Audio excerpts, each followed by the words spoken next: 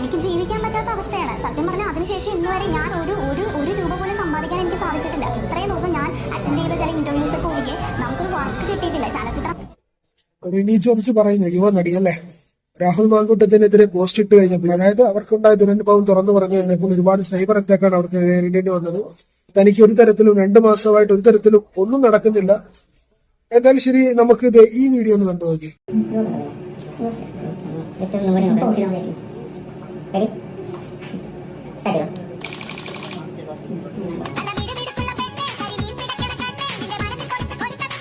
ഈ വീഡിയോ കണ്ടു നോക്കില്ലേ, അവരുടെ പലതരത്തിലുള്ള ഫോട്ടോഷൂട്ടുകളൊക്കെയാണ്.